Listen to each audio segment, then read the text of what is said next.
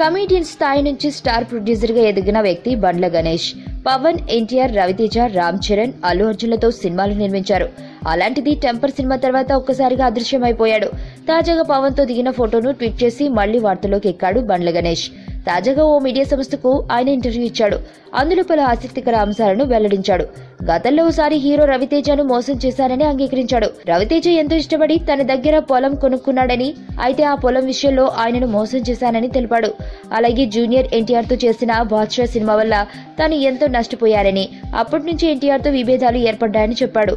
ఇక తన దేవుడు పవన్ కళ్యాణ్ కు ఎవరూ సహాయం చేయనవసరం లేదని, తన సమస్యను తానే పరిష్కరించుకోగలడని అన్నాడు.